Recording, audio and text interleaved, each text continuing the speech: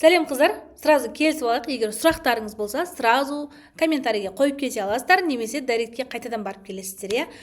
Сабақты толық көріңіздер, ұзақ болуы мүмкін, бірақ ішінде сторис, прогресс көп нәрсе бар. Сол үшін де бүгінгі тақырып 2025-тегі сторис жүргізу формуласы. Неге 2025 дедім? Себебі қазір бізде инфобизнесте перезагрузка жүріп жатыр. Соның арқасында бізде новый формулалар, новый бір ақпараттар пайда болды. Енді бізде база өзгермегенмен фишкалар өзгереді. Сол 2025-те қолданылатын сториздағы формулалар фишкасы айтылады. Яғни бүгінгі сабақ кімдерге пайдалы? Ең бірінші продюсерлерге, яғни өзім сияқты эксперттерге, тоже интим тренер, дәрігер ма, заңгер ма, таргетолог ма, кім? Мен деген эксперттің барлығына, яғни сіздің нишаңызда табыс тауып жүрген басқа эксперттер бар ма? Все, болды, сіз мамансыз, яғни. И одан кейін блогерлер, кез келген блогерге де қажет бұл нәрсе. Яғни блогер ол гив ойнатып, сөйлесіп бір нәрсе жасап қана ақша табады деген нәрсе емес. Ол кісілерге де сторизде әдемі, өзіне лояльный клиенттер әкелу үшін көру керек. Ал соңында рекламщиктер, ол рекламщиктер әртүрлі. Енді оның бірнеше этаптарға бөлінеді. Бұл ниша, рекламщик өздері біледі. Мен енді өзім таныстырып өтейін. Неге? Себебі сіздер кімнің сабағын көріп отырсыз? Неге көріп отырсыз? Жалпы бұл кісіні тыңдау стоит па, не стоит па? Соны шешіп алыңыздар, иә? Бастапқы уақытында шешесіздер ғой негізі. Мен Камшат Жорабекқызы, 4 жылдық продюсермін, практик. Өзімнің нишамды, яғни өзімнің парақшамды қолға алғаныма енді 1 жыл көлемінде болды. Ал 3 жыл бойы мен только эксперттерге запуск жасадым. Қазіргі таңда менде полный команда бар. Соның ішінде менің жұмыс жасаған эксперттер, мен ең алғашқы мені продюсерлікке тәйте бастырған доктор Сейт Жаппаровна. Мен келгенде 300 мың оқырманы бар. 2 жыл мен продюсер болдым. 1 жыл просто прогресс жаздым парақшасына. 30 миллиондар мықты чектерге запустер жасағанбыз. Одан кейін қазіргі менде командамның қолында тұрған Перизат интим тренер. Бұл кісі жұмыс жасап жатқанымыз уже 2-ші жылға өтіп жатыр. 5 миллион продажа жай болады. Себебі эксперт неге аз, иә? Екеуі нишасы бірі. Астында тұрған Дана Руслановна тоже интим тренер. Бұл жерде 5 миллион нормально, себебі бізде эксперт блокқа шықпайды, экспертсіз менің командам сатылым жасайды. Команда болғанда сторизолог, таргетолог, директолог, сату маманы деген сияқты ғой. Одан кейінгі Дана Руслановна Ақтау қаласында, мен Жетісай қаласының тумасымын, 4 баланың анасымын. Жетісайда тұрып, мынадай Ақтаудағы Дана Руслановнамен жұмыс жасадым. Бұл кісі 0-ден бастады. Даже интим тренерлікке келгеніне 5 ай енді болған экспертті біз охватын 100 адамнан 2000-ға дейін көтердік, даже одан да көп. Мен бұл кісімен только 3 айға контрактқа отырып, сонымен запуск жасадық.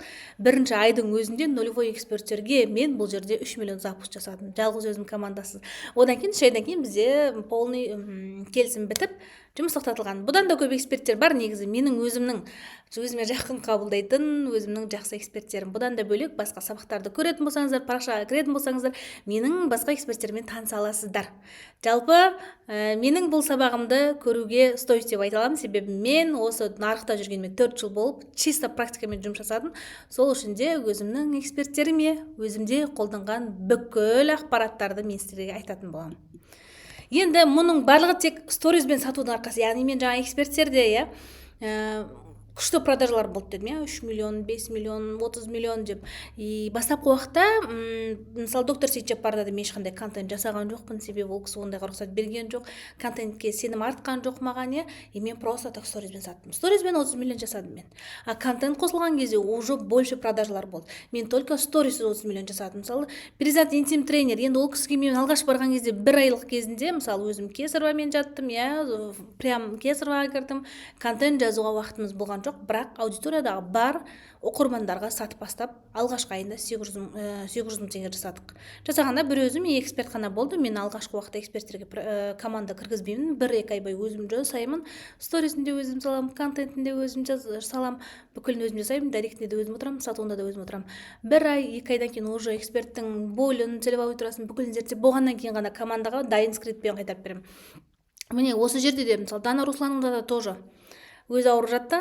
Сонымен ковидтің кезі ма, ұмытып тұрмын, или қызылша ма, ветрянка ма, бір нәрсе болып ауырды, эксперт шыға алмады, бірақ сторизбен продаж жасадық. И сол үшін де мен осы эксперттерді көрсеттім, что мен только сторизбен продаж жасаған эксперттер. Бұның барлығы айтып жатқанымда сторизден сатудың арқасы, басқа ештеңе емес. Енді қараңыздар, менің Перизат интим тренерім алғаш мен барған кезде бір 100-150, даже бір кездері 60-қа түсіп кететін просмотр, сториздың просмотр. Ал қазір 3000, 2800, тіпті бір кездері болады ғой, прям өтіп кететін бір 2 сториздер салатын болсақ, ол кезде 8000, 10000-ға дейін көтеріледі. Ал бізде чисто прогрев уақытысында бізде осы охват ұсталып тұрады. Мысалы, менің де парақшамды қараңыз, мен баяғыда өзімнің осындай бір инстаграмный видеолар салатын эксперттерге мықты запустар жасап жүрсем де, бірақ 2019-да мен енді бастайтын кездерім, бірақ одан кейін қазіргі блогымда да қарасаңыздар, мен сторизде особо сатпаймын. Менің өзім блогымда чисто сторизбен сатпаймын. Өтірік емес, ол мен блогымда чисто воронкамен сатылады. Ол воронкалар туралы сіздерге арнайы тоже осындай сабақтар бар, если көрем дейтін болсаңыздар, директке жазсаңыздар береміз. Енді қараңыздар, мен неге сторизбен сатпаймын? Себебі менің сторизімде охват өте аз. Яғни мен өзімнің продвижениемен жұмыс жасамағаным осы уақытқа дейін, ал эксперттерімде 100 охваттан 2000-3000-ға көтере алсам да, өзімнің блогыма оған уақыт салған жоқпын. И сіздерде де екі вариант бар. Егер сізде аз охват болатын болса, егер мен сияқты аз охватта жұмыс жасайтын болсаңыздар, лучше воронкаға қарай өтіңіздер. Ал егер сіздерде оқырман саны нормаль 1000 или 500-ден ары болатын болса, спокойно сторизбен сатасыздар. Бірақ мен айтамын, бірінші өзіңде бар аудиторияға сатып көр.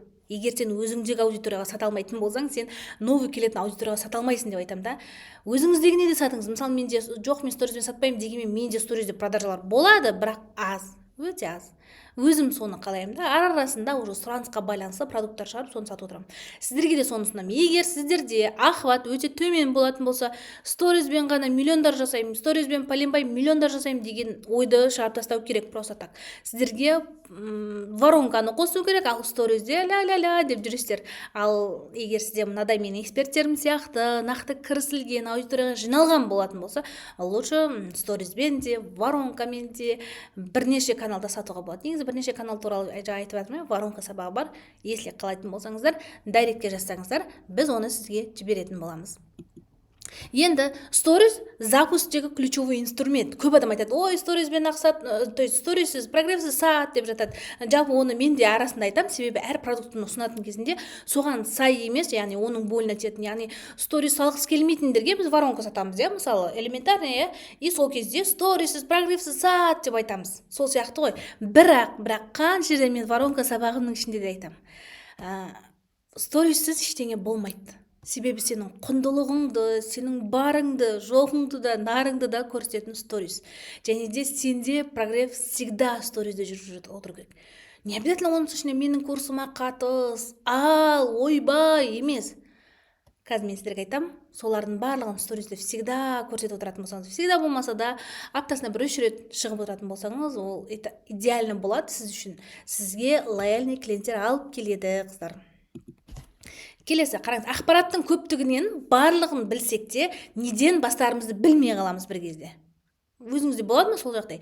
Яғни, көп нәрсе білесің, бірақ қай жағынан бастайсың? Мысалы, маған келген бір шәкірт болды, яғни, мен Pinterestте, YouTube'да тола тұр сіздің ақпараттарыңыз. Сіздің емес жалпы инфобизнестегі ақпараттар. Я деймін да, тола. Алда жаса, мүмкіндігің болса. Бірақ қараңыздар, біздер адамнан қараңыз. Опытты аламыз бірінші. Екінші, оның жаңағы тәжірибесін аламыз, то есть опытын екеуі бір ғой. Бірінші опытын аламыз, одан кейін оның энергиясын, уақытын аламыз, оның білімін аламыз. Яғни одан дайын структура, инструмент аламыз.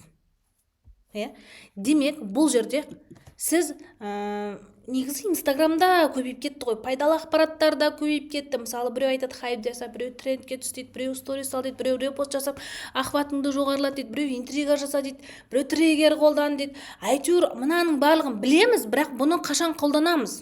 Сол сұрақ. Барлық жерде тұр бұның барлығы. Адамдар бұны тегін де парақшасында бөліп жатыр, бірақ оны қашан, қалай, неге қолданамыз, соны білмейтін болсақ, уже бесполезно болады. И осылардың кесірінен көп адамдарда мынандай пауза көп болып қалады. Яғни ол не жасайтын білмей тұрады да, не жасайды, қайда қарай жүреді, хотя бәрін біледі. Енді негізі оның бәрін шетке ысырып қойып, сізге қою керек. Яғни сторис жүргізудің негізі 3 типі бар. Бірінші, 7 типті контент жасау керек. Мен қазір сіздерге оның барлығын біртіндеп түсіндіремін. Одан кейін бір күннің структурасы дұрыс құрылу керек. Ал үшіншісі профиль оформениесі. Профиль оформлениесі туралы кішкене қысқа айтып кетейін. Яғни сіздер де 1000 жерден сторис салыңыз, 1000 жерден контент жасаңыз, профильді оформление немесе сториздың оформлениесі әдемі болмайды ма, оқылмайды ма? Демек, бұның өзі, яғни қиын оқылатын болса, уже сізге охват құлатады, естественно, сізге адамдарды бірден эффект қалдырмайды, ол эффект қалдырмайды. Сол үшін де профиль оформлениесіне аса мән береміз. Енді сенің егер жаңағы менің 3 айтқан сторис формуласын қолданатын болсаң, сендегі нәтиже охватың өседі және ақшаң көбейеді естественно. Яғни сен 100 адамға сатқаның жақсы ма, или 1000 адамды жинап алып соған сатқаның жақсы ма? Естественно, 1000 адамды жинап аласың, еще 1000 адамға сатқаннан гөрі, жаңағы 100 адамның 20-сына сатқаннан гөрі 1000 адамның 200-іне сатып ақшаңды көбейткенің жақсы. Сол үшін де мұқият қараңыздар, орындаңыздар. Енді ең бірінші типті контент бұл лайф. Барлығыңыздар білесіздер, иә? Енді лайф дегенге жаңағындай ғой, мен бардым, келдім емес. Мысалы, лайфтың ішіне не кіреді? Айналаңдағы барлық нәрсені түсіріп жүрген керексің да. Что аудиторияға сен бір посыл смысл беру үшін, яғни завтракың ба, тренировкаң ба, селфилар жасайсың, иә, самокат айдағаның болуы мүмкін, киген киімің, бүгінгі лукың қандай болды, иә, және жануарларды көрген кездегі сенің ойың, қалауың, қаламайтын нәрсең, жек көретін болсаң оны деген сияқты. Эстетикалық бір видтарды, иә, мынау күшті, маған ұнады деген сияқты, иә, осындай нәрселерде жүрегім тынышталады деген сияқты лайф видеолар. Одан кейін әдеттеріңді де ритуалдар, негізі ритуалды бізден андай ғой, бір ақпарат шықса, соны барлығы жасап кетеді. Ана біреу таңертең ритуалын жасаса, бүкіл эксперттер соны таңертең ритуалын бастап кетеді. Енді ол өтірік нәрсе емес, өмірде бар нәрсе, бірақ көрсетуді кім бірінші бастайды, сол алдыға шығатын негізі. Бұның барлығын лайф сториздерді салып отыру керек. Всегда. Бірақ оларды қалай салу керек? Қалай чередовать етіп салу керек? Мен сабақтың соң жағында дайын формула бердім. Яғни бірінші күн мынаны саласың, екінші күн мынандай деген сияқты қылып, 7 типті контентті бөліп бердім.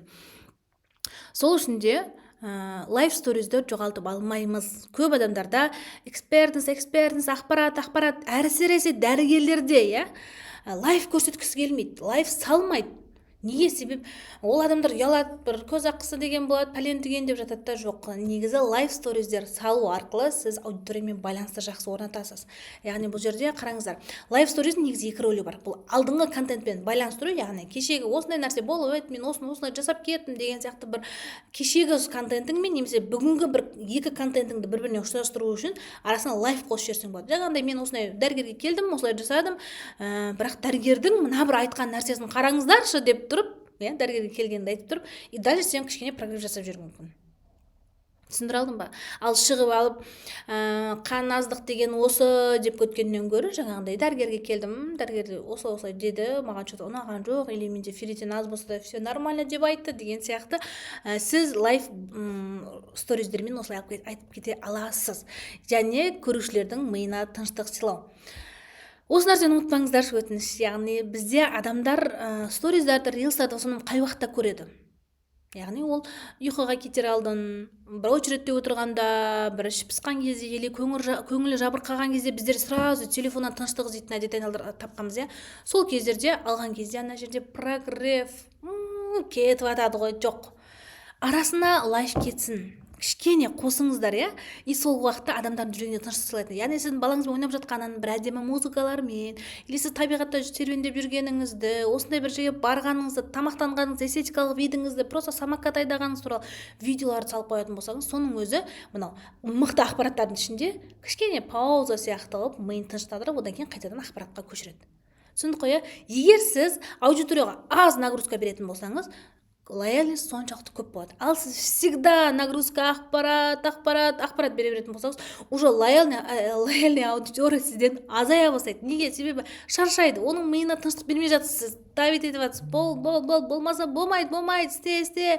Үйтпесең бүйтіп қаласың. Сізге де біреу төбеңде тұрып қақылдап тұрса төбеңде, ұйқынан тұрсай дей беретін болса да, жының ұстайды ғой, сол сияқты нәрсе. Сол нәрсені ұмытып кетпеңіздер. Мен көп адамдарға айтамын, байқаймыз негізі. 2025-ның тренді личностьпен сату. Ол личность именно лайф арқылы келеді. Ұмытып кетпеңіздер. Лайф арқылы келеді. Енді блог жүргізудің негізі екі тәсіл бар. Әдемі болып, немесе ақылды болып, иә. Сіз қай типте жүргізесіз? Комментарийға жазыңыз, сосын осыны талқылайық. Яғни эксперттілік көп, ақпараттар алдын ала жазылған контенттер 2025-те охватты құлатады, яғни лояльностьті да құртып тастайды. Неге? Жаңа айтып жатырмын, личность көрінбейтін болса, яғни сен кімсің, қайда барып жатсың, неге барып жатсың, оны бермейтін болсаң, аудитория тоже осы жерде шаршайды, жаңа айтып жатырмын, оларға тыныштық беріп жатқан жоқсың. Демек бұл жерде әдемі сияқты контентті аптасына кемі 3 рет салып отырыңыздар. Мысалы жаңағыдай 7 күн болса, оның бір күн демалатын болсаңыз, 6 күннің 3 күнінде, яғни бүгін эксперттік көрсетсеңіз, ертең лайв көрсетіңіз, одан кейін қайтадан эксперттік, или одан кейін лайв деген сияқты кете беріңіз. Бірақ всегда 3 күн қатарынан лайв, 3 күн қатарынан эксперттік деген болмайды, тоже шаршатып аласыздар. Или 2 күн эксперттік, 1 күн лайв деген сияқты. Мүмкін сіздің бір күніңізде эксперттікте лайфта кездесу керек. Бұл жерде қатып қалған заң жоқ. Мен примерно айтып жатырмын. Мынандай дәрігерлер бар ғой, в основном дәрігерлер, заңмен жұмыс жасайтындар, в основном контент эксперттікті басып береді. Лайфы жоқ, личность жоқ. И сонымен аудиторияны шаршатып алады да, сосын айтады, охватым құлады, осындай болды, дегенше болды, деген сияқты. Түсінікті болды деп ойлаймын. Енді мен сіздерге жақсы жаңалық айтқым келіп тұр. 2 адамға ғана менің осы сабақты көріп, парақшамды белгілеп, осы сабақтан алған инсайттарымен сторизіне бөлісетін 2 адамға Pro SMM 150 теңгелік курсыма тегін доступ беремін. Егер алғыңыз келсе, осы сабақты басынан аяғына көріп, алған инсайттарыңызды, алған ақпараттарыңызды, немесе осы туралы сабақтар туралы ойыңыз туралы бөлісетін болсаңыз, соның ішінде қыздарды таңдап, 2 қызға сабақты беретін болам. Ұмыт кетпеңіздер, Қазірден жазып отырыңыздар. Енді бізде блогта 2025 жылы ең мықты өтетін нәрсе, яғни бұған дейін де өтіп келді, бұдан кейін де өтеді, бірақ көп адам акцент қойған жоқ, сюжетная линия. Яғни сюжетная линия дегеніміз ол бір герой, әйтеуір бір мақсаты бар или қорқынышы, қиындығы бар адам, и оның жеткен жетістігі, соған қарай жүріп өткен жолы. Яғни сен әңгімені бастарда біреу бар екенін айтуым керек, соның орнында қиналған қиыншылықтары, жаманшылықтары, әйтеуір қиналған бір алға қойған мақсаты туралы, одан кейін жетістігі. Мына екеуі басы мен аяғы болу керек, және ортасы обязательно болу керек. Қазір осы сюжетный линияны қалай жазамыз, немен жазамыз, барлығын айтатын боламыз. Таң қалмаңыздар. Жаңағындай ой қиынсын деген ғой. Көріңіздер. Яғни сюжетный линияны 2-ге бөлуге болады. Яғни ұзақ мерзімді және қысқа мерзімді. Бұның екеуі де блогта всегда көрініс табу керек. Мысалы, менің блогымда сіздерге примермен түсіндіремін. Яғни ұзақ мерзімді сюжетная линия. Яғни менің қызымның қолы былай басады. Менің қызымды инвалидностьқа тіркейміз деді, ДЦП деді, әйтеуір менде әліге дейін бар. Мысалы, қызымда ол нәрсе, ол просто бізде бүкіл нәрсе таза шығады, бүкіл анализ, оның бәрін блогта бөлісіп отырдым мен. Ұзақ мерзімді. Яғни мен қызыма қалай вложение салып жатқанымды, қалай қарап жатқанымды, балаға келгендегі менің отношением сияқты, мен өзімнің как личность ретінде құндылығымды көрсетіп отырмын. И заодно мен өзімнің осы инфобизнесте тапқан ақшамды осында жаратып жатқанымды көрсетіп, Құдайға шүкір, мен қиналмай осыны жасап жатырмын деген сияқты бөлісіп отырдым. Яғни ұзақ мерзімді әлі де бөлісіп отырам. Сенесіздер ме? Мен бір-екі ай қызымды салмай қойсам, уже аудитория сұрайды, қызың не қылды? Жазылды ма қолы? Қалай болды деген сияқты. Яғни мен просто қызымды, құндылығымды, жеке өмірімді салдым, ұзақ мерзімді сюжетный линия жасадым. Естественно, сонымен уже адамдардың есінде қалдым. Сол арқылы даже менің не обязательно мені көрген 300 адамның бір 100-і ол просто менің қызымды көргісі келуі мүмкін. Нормально ол. Себебі сіз блогты экспертлік үшін емес, плюс блогерлік үшін де жүргізулеріңіз керек. Түсінікті деп ойлаймын. И бұл қалай ұзақ мерзімді? Мысалы, мен алғашын айттым, осындай бір проблема бар. Мен жанымды қынжылтып жатыр, осыдан кейін менде бір состояние быт-шыт болып жатыр, анау-мынау айтты бір күндік сторизде. Қызымда осындай, жаңағы, или бұл нормально ма, сіздерге біліне ма, қараңыздаршы, бір қол қатты өсіп бара жатқан сияқты сүйегі деген сияқты салдым. И барлық кері байланыс жасады. Ойбай, неге ондай, анау-мынау, біреулер нормальный, зачем саған оны паниковать етіп, біреулерде әдет болады ғой ол деді. Жарайды дедім сонымен.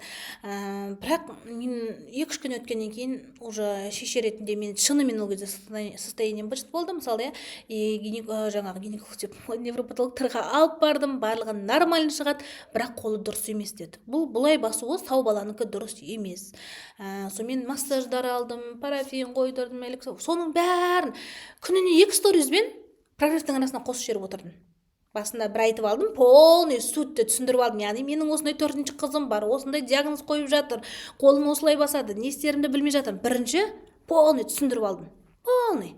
Сөйттім да, одан кейінгі күндері, мысалы, аптасына 2 рет па айтып отырдым. Яғни мен бүгін осы врачқа келдім, осындай деп жатыр.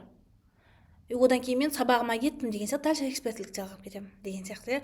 И всегда айтып отырдым, бір запуск кезінде мен запуск жасап жүрдім да өзімен өзі запуск жасағым келмей қалды. Себебі қызымның состояниесі тағы да мені былай требовать етеді. Себебі өсіп келе жатыр, салмақ түсіп келе жатыр, иә. Сонымен тағы да айттым, қыздар ренжімеңдер, ақшаларын қайтарамын, мен уақытым жоқ. Себебі мен Алматыға кетуім керек болып жатыр, осындай кеткім келіп тұр, барып емдеткім келіп тұр деген сияқты бір сторизбен. Просто аяқтай салдым. Шынымен Алматыға кетіп қалдым. Алматыда жүргенімді, осы қаяққа бардым, қалай бардым, не деп жатыр, қандай анализдер шықты. Бір күн емес, даже бір апта ма жүрген шығармын, бір аптада полный соны бөлісіп отырдым. Экспертлік жоқ. Яғни экспертлік арасында болады жаңағындай кейстерімді бөлісіп отырдым. Все. Ал қалған уақыттарда всегда қызыммен қалай бардым, қалай келдім, қалай жүрдім, машинада қиналған жоқпын ба, мен жолда, бізде Алматыға дейін 15 сағаттық жол деген сияқты барлығын бөлісіп отырдым. Сонымен қазір көп бөліспеймін. Арасында салып қоямын. Ал салмай қойсам сұрайды. Бұл ұзақ мерзімді сюжетная линия. Бұл жерде менің бірінші құндылығымды, екінші адамдардың кішкене бойлы, чувствосын, эмоциясын оянтам, яғни реакцияларын, одан кейін барып уже олар маған лояльный болып бастайды. Яғни мені қызым үшін көреді, қызым үшін көре берсін, себебі олар келешекте маған қажет. Сосын менің өзімнің осы инфобизнесті ашқан жеке кәсібім бар. Яғни жүрмей тұр деп айтайын. Неге? Қалай аштым, қалай келдім, қалай ақша салдым, бәрін көрсетіп отырамын. Всегда блогта. И соңында обязательно алып келемін бұны, мен инфобизнестегі өзімнің жеке табысыма аштым. 15 миллион салып, плюс тағы да миллиондар салынып жатыр деген сияқты. Бұл не? Бұл жерде тоже өзімнің эксперттілігімді көрсету, инфоповод бұл негізі. Бірақ инфоповодты да сюжетная линия қылып ұзақ қылып жасағанмын. Инфоповод просто так. Яғни менің эксперттілігімді, менің осы саладан табыс тауып жатқанымды көрсету. Көрдіңіз ғой, сюжетный линия бекерден бекер жасалмайды. Біреуінде құндылық көрсету керек болса, жаңағы қызымның жаңағы ауыратын личності, иә. Екіншісі уже менің эксперттілігімнен. Яғни шынымен мен осы салада табыс тауып жатырмын. Яғни шынымен тауып жатырсың ба деген сияқты возражение сұрақтарды жабуға сюжетная линия. Мен всегда аудиторияға бөлісіп отырамын. Яғни мен де дүкеніме келдім, дүкенімде осындай украшениелер алдым, дүкенімде осындай нәрселер келдірдім, осындай товар кіргіздім деген сияқты. Всегда бөлісіп отырамын. Всегда көрсеңіздер, даже мен баламмен барып қайттым, или бүгін сатушым жоқ екен, сол үшін бүгін өзім келдім деген сияқты арасын бөлісіп отырамын. Сіздер үшін мысалда біреудің блогында осының бәрін көріп отыратын болсаңыздар, есіңізде қалады ғой, не қылды екен мынаның магазин, жүріп кетті ме екен, или сатты ма екен деген. Мен бір сатпақшы болдым, иә. Уақытымды алды, энергиямды алды, фокусымды алғаннан кейін оны да бөлісіп отырдым. Естественно, әлі сұрайды, мен магазин саттың ба, не қылдың, жүріп жатыр ма деп. Жүріп жатқан жоқ деп жауап берсем, танымаймын ол кісілерді, мен мүлдем танымаймын. Сол сияқты сюжетный линияны құндылыққа да, эксперттілікке де ұзақ етіп осылай құруға болады. Ұзақ мерзімді, өзі болады ғой сондай. Енді қысқа мерзімді сюжетная линия. Яғни бұл жерде мысалы мен өзімнің сату маманым әрі сіңлім, иә. Біздер енді алыстан маман іздемейміз, мен өзім лично енді басқа біреу үшін жауап бермеймін, себебі өзімнің сіңлдерімді, өзімнің таныстарымды оқытып аламын, сонымен өздеріне дайын скрипт беремін, сонымен командаға кіргізіп аламын. Яғни өзім сіңліме iPhone 13 алып бердім. Яғни қолында дұрыс телефон болған жоқ, ол просто сату маманы болса да, енді оған iPhone маңызды емес, сонда да қатып қалады деген сияқты. Мен соны бір күндік сторизде айттым. Мен қуаныштымын осындай бір дәрежеге жете алғаныма, өзімнің бір осындай табысымнан жаңағы сату маманым әрі сіңліме осындай бір iPhone алып бердім. Арадан бір ай өтпей алтын сырға алып бердім оған. Ол кезде iPhone алып бергенде мен жаңағы маман болғанмен, жаңағы не команда басшысы болғанмен алтын алып бергенде әпке ретінде алып бердім деген сияқты. Мен блогта бір күндік просто так мен iPhone, енді сен мысалы да қараңыздар, ұзақ мерзімді дегенмен салыстырайын, осыны алып ұзақ мерзімді сюжетный линия жасай алмайсыздар ғой. Қараңыздар, иә. Мен iPhone алып бербем ғой, естеріңізде ма ана кезде iPhone алып бергенде деген сияқты айта алмайсыз. Қысқа мерзімді деген осы бір-ақ рет болатын осындай. Соны параграфке қосасың, болды.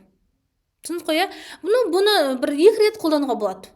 Мен басқа бір әңгімеңіз арасында осы мен әперген iPhone емес па деген сияқты арасында тық жерге болады да, бірақ ұзақ мерзімге жатпайды бұл. Себебі жаңағы қызың сияқты бардым, келдім, былай болды, мен былай қиналып жатырмын, мынандай тоқ қолдандық, үйттік, бүйттік деген сияқты 5-6 ай, 1 жыл, 2 жылды қамтитын нәрсе емес та, ол негізі ұзақ мерзімді 6 айлық уақытты қамтитын бір ұзақ процестегі іс-әрекет қой, ал қысқа мерзімде жоқ, бір-ақ рет болады. Екіншісі, мысалы мен өзімнің вождениеге барғаным туралы салдым. Яғни мен өзімде бір фобиям бар, яғни рөлге отыра алмаймын, ал менің бір арманым бар, машина алу.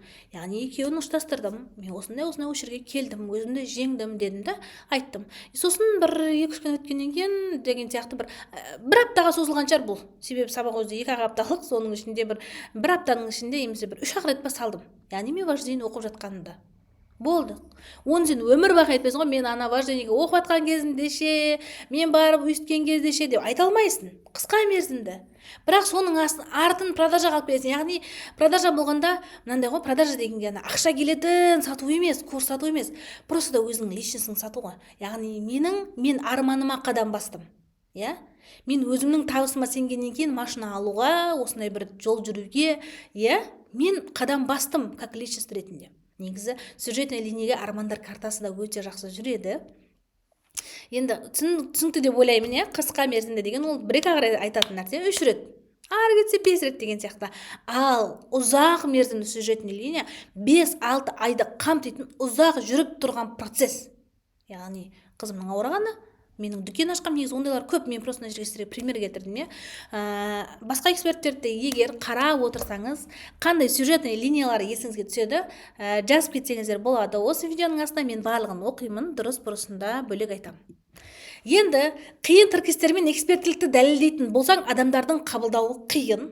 Жеңіл юмормен өз құндылығыңды көрсетіп өт. Яғни жаңағындай мен деген инфобизнестен осындай жасап өйстіп ақша таптым. Инфобизнес деген мынау, продюсер деген мынау, сторис жүргізіп бүйтеміз, прогресс жасап бүйтеміз дегеннен гөрі, мен просто так ұзақ мерзімді дүкенімнің бар екенін осы бизнестен. Иә? Эксперттердің результатын просто так шығарып қойып отырып, арасына прикол жасап деген сияқты жеңіл түсіндіргенді қалаймын. Ал көпшілігі жаңағында ғой сторизде прогревать етеді. Енді ол сторизде мен де прогресс жасаймын, бірақ ұзақ емес, анадай тоқтамай, ауыр сөздермен. Мысалы, дәрігерлік нишан айтайыншы, дәрігерлер бар ғой. Фиброз дегеннің пәленшеден бауырдың қабат клеткаларынан алынғаннан кейінгі үстіндегі бір бәле деген жаңағы бір атауларымен қиын қылып сторизде жүргізеді. Мен айтамын да, біз врач емеспіз ғой оны оқитын.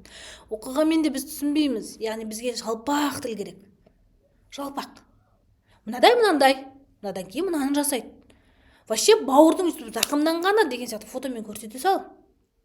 Ештеңе қылмайды ғой, мысалы, сол нәрсені сіздерге айтқым келеді. Яғни любой нәрсені қиындатпаңыз. Адамдарға жалпақ тілмен түсіндіріңіз. Яғни көп адамдар ойлайды екен, мен қазақша әдеби тілмен сөйлеген жақсы көремін, қатесіз дейді.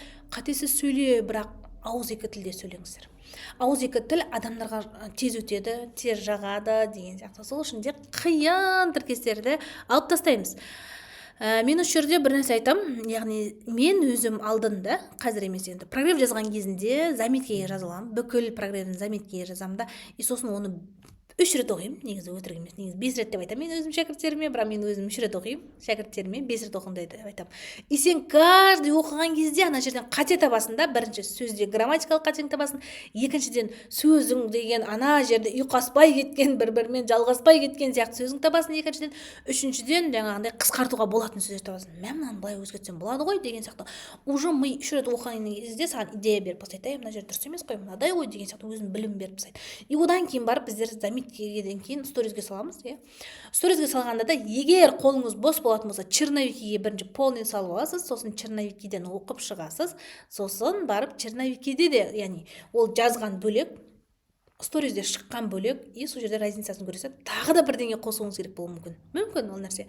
И сосын барып сала бересіз. Бұның бәрін қиындатудың негізі қажет жоқ, просто мен сіздерге для опыта новичоктар үшін бір лайфхак ретінде айтқым келіп тұр. Сіздер қиын десеңіз қиын болады, оңай десеңіз оңай болады. Негізі самый удачный вариант осы. Себебі мен шәкірттеріме осыны талап етемін. Себебі олар мен кеткеннен кейін де спокойно сториздер құруы керек. Түсінікті болды деп ойлаймын. Яғни ешқандай қиын тіркестер қолданбаймыз. Ауыз екі тілде адамдарға оңай, түсінікті тілде сөйлейміз. Арасына прикол қосыңыз, егер сіздің жаныңыз приколға жақын болмаса, бір әдемі сөздермен, жеңіл сөздермен жеткізуді үйреніңіздер. Ол сіз 2025-те продаж жасаймайсыздар. Яғни бізде сторис линия дегеніміз, жаңағы сюжетная линия дегеніміз бірінші күн сторис, екінші күнде сторис, яғни всегда мына күндердің сторизінде сол бір линия туралы бір болсын, екі болсын. Мысалы, бірінші күнде сіз жаңа айттым, көп барлығын айтып болдыңыз, детально бәрін айтып болдыңыз да. Екінші күні біреу, үшінші күні екі сторис, төртінші күні бір-ақ сторис, бесінші күні екі-ақ сторис салып қоясыз да. Ал одан кейін бар, арасына бір аптада бір стористің арасына тығыз жерсеңіз деген сияқты бөлінеді. Ал егер сіз жаңағыдай қысқа мерзімді болатын болса, яғни оны 3 күнге бөлесіз ба? Яғни ол 3 күн қатарынан шығыр. Bir күн салдыңыз, 2 күн ұмытып кеттіңіз, 4-ші күн шығып алып ана кезде ше деген әңгіме болмайды. Ұмытып кетеді адамдар. егер сіз адамдардың есінен шықпай жатып осындай бір ақпарат бергіңіз келетін болса, осындай линияны 1-2-3 күн бірінен кейін бірін салып жіберіңіздер, адамдар ұмытып қалмас үшін. Мысалы адамдар жай блогерлер машина алса құттықтап қойыңыздар, көлік алдық деген сияқты сторис салып қояды, или жаңағы жұғысты болсын деген сияқты, әйтеуір көлік алдық деп салып қоя салады бір сторизе, болды, анамен акушка құттықтай беріңіздер деп акушка отырып қою мүмкін, болды. Көп адамдар солай жасайды негізі. Ал блогер емес мықты эксперттер қалай жазады? Формуланы білетін эксперттер, яғни бірінші, менің машина алғым келеді, бір күнге сторис шығарады, маған осындай машина ұнайды, алғым келеді, менің мақсатым бар, осылай жасағым келеді деген, сіздер қандай армандарыңыз бар, мен осындай деген сияқты машина алғыңыз келетін туралы сторис саласыз. Не обязательно 10 сторис, 7 сторис, 3 сторис салып тастасаңыз болды, бірінші сторис. Сосын екінші күн шығасыз, екінші күн емес, бірақ біраз күннен кейін ба может, айтасыз, мен вождениеге қатысып жатырмын, арманымды орындағым келеді. Жаңағындай, мен өзім айттым ғой сізге, қысқа мерзімді линияда көрсеттім. Машина алғым келеді, мен арманымды орындағым келеді деп. Одан кейін барып уже сабақтың процесін бір рет айтасың, одан кейін уже бір 3 күннен кейін, 4 күннен кейін, или бір апта, 2 аптадан кейін вообще жалпы сабағым біткеннен кейін айтасың, мен тестке бара жатырмын, өте аламын ба, өте алмаймын ба, көреміз. Мен өзім лично осы процестің бәрін жасап шықтым. Енді бәрін болғанда әлі мен машина алуға келген жоқпын. Осымен келе жатырмын, сіздерге соны ұсынып жатырмын да. Негізі бұны көп эксперт болғанда россиялық эксперттер көп қолданады. Сіздер де жасаңыздар, Сосын тестке бара жатырмын деп көрсеттім. Тесттен шыққанымды, одан жинаған балдарым туралы көрсеттім. Яғни мен 7 минутта 38 балл жинап шыққанымды, маған қиын болмағанын, просто кіргендегі қобалжуым, бірінші экранда ашылған нәрсені түсінбей қалуым деген сияқты проблемалар болған болмаса, осындай болды деген сияқты тестке барған процесін көрсеттім. Яғни мен өзімнің машина алу, көлік алу процесін, арманымды орындап жатқаным туралы олардың есіне қалдырып жатыр. Одан кейін барып права алдым дедім, яғни мен құттықтап қойсаңыздар болады, праваны алдым. Вождениеге кірдім. Одан бірінші мен сонда отырған скриншот жібердім. Мен бүгін қайда келген біліп отырған шығарсыздар, деп. Көлік правама күшті, молодец, өтіп кетті, сәттілік деп сөйтіп. Права алдым деп көрсеттім. Құттықтап жатты, барлығы. Одан кейін барып уже тест драйв жасауға салонға бардым. Мен лично бардым. Hyundai салонға бардық. Сосын барып айттым мен. Енді ол жерде алу үшін барған жоқпыз, просто тест драйв жасау үшін, әрі мен күйеуімнің машинасын көрсетуге барғанбыз. Сонымен айттық, пока ақшам жетпейді екен, мен кейінде ақша жинап алам деп. Одан кейін барып уже осы жерде этап болу керек. Ақша жинап бітіп қалдым деген сияқты мен айттым, ақша жинап жатыр едім, бірақ мен Таиландқа кететін болдым дедім. Таиландқа кетіп қалдым мен мысалда. Осының орнына осындай ақшам бітіп қалды, то есть ақша жинап қойдым. Мен мүмкін машина алмай қойсам бола ма екен? Жаңағы машина алдым, яғни машина алуға қалай келдім деген сияқты сторизді жүргізеді. Түсіндік қой, И сонымен просто машина алдым деген сияқты соңғы этапта ғана шығарып қоймайды да, мықты эксперт. Бұл машинадан бөлек любой нәрсе, қыздар, не обязательно машина, пример көрсетіп жатырмын сіздерге. Ең актуальный тема машина ғой, негізі сіздерге кішкене түсінікті болсын деп жатырмын, этапы да көп. Мысалы, мен өзімнің жеке кәсібімді ашқаным туралы былай жасадым, Енді басында бірнеше мен үйсті ашып жатырмын, осындай болып жатыр, ана болып жатыр деді да, бір уақытта мен айттым, мен осы дүкенді ашпай-ақ қойғанымда орнына не алар едім деген сияқты. Мысалы, шүкір жеке бизнесім бар, айфонмен шетел күте тұрсын дедім. Яғни мен ол кезде де әжептәуір ақша жинап қойдым машинаға деп ол кезде, бірақ ол кезде праваға әлі акцент қоймаған кезіміз. Бизнес жүрмеген кезінде менде сондай бір ой болды да, соны бір өзімдің ішімдегі қарсыластықты сторизде жеңбекші болған тұрмын ғой. Енді бұл жерде әрі мен ол жерде сюжетная линия прогресс жасап кеттім. Қараңыздар, шүкір әйтеуір. Все таки контент үшін мен шетелге шығып, iPad, MacBook, машина алу керек едіңіз, едім ма деген сияқты сұрақ қойдым аудиторияға. Сөйтіп бұл бизнестің орнында не алар едім көрсетейін ба дедім. Яғни жаңағы бір-екі сториздың арасында сөздер бар енді, бірақ соны мен сіздерге қысқа келдім. Яғни бұл бизнестің орнында мен не алар едім? Сөйтіп шығардым. Мен көлік алар едім, посудомоечный машина алар едім, iPad алар едім, Dyson алар едім. Или вообще-то машина мен Таиландқа 5 жұлдызды островқа барар едім деп. Уже оларға түсіндірдім. Яғни мен бүкіл ақшамды эмоцияға емес, яғни аудиторияға курс сатудың эмоциясына емес, өзімнің эмоцияма, өзімнің келешегіме, өзімнің болашағыма салғаным туралы айтып отырдым. Яғни оларға жеткіздірдім. Или мен мына магазиннің орнына барып шетелге барып қайтуым керек еді, бірдеңе. Осы магазинді де мен өзім бизнесім арқасында, инфобизнестің арқасында аштым ғой.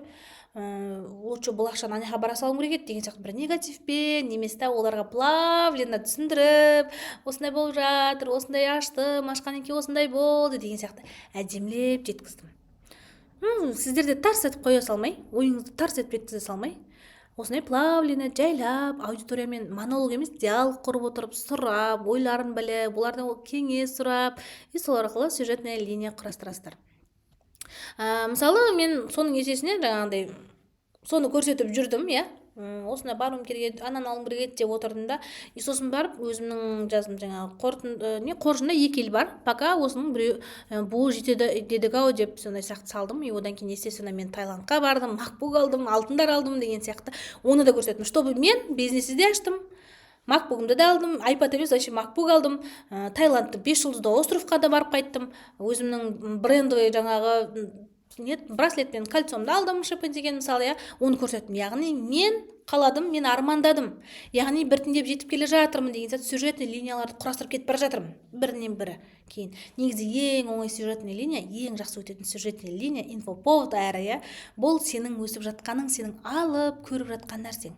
Сен осыны плавленно, просто так өзіңе құрбыңа айтып жатқандай сторизде көрсететін болсаң, осының өзіше сізді мықты прогресс етеді. Не обязательно мен осының арқасында жеттім деп. Олар и так-та біліп отыр ғой, сіз осы нишада жұмыс жасап жатқаныңызды, енді арасында касаниемен жазу керек. Түсінікті деп ойлаймын, қараңыздар, басында әйтеуір магазиндегі не алғым келетінін түсіндіріп өттім, айтып қойдым. Сосын арасында бір әрекет жасап жатқанымды, сатылымдарым туралы айттым да, сонымен MacBook алғанын айттым, ертесіне біраз күннен кейін алтын алғанымды айттым, одан кейін Таиландқа кетіп бара жатқанымды айттым деген сияқты.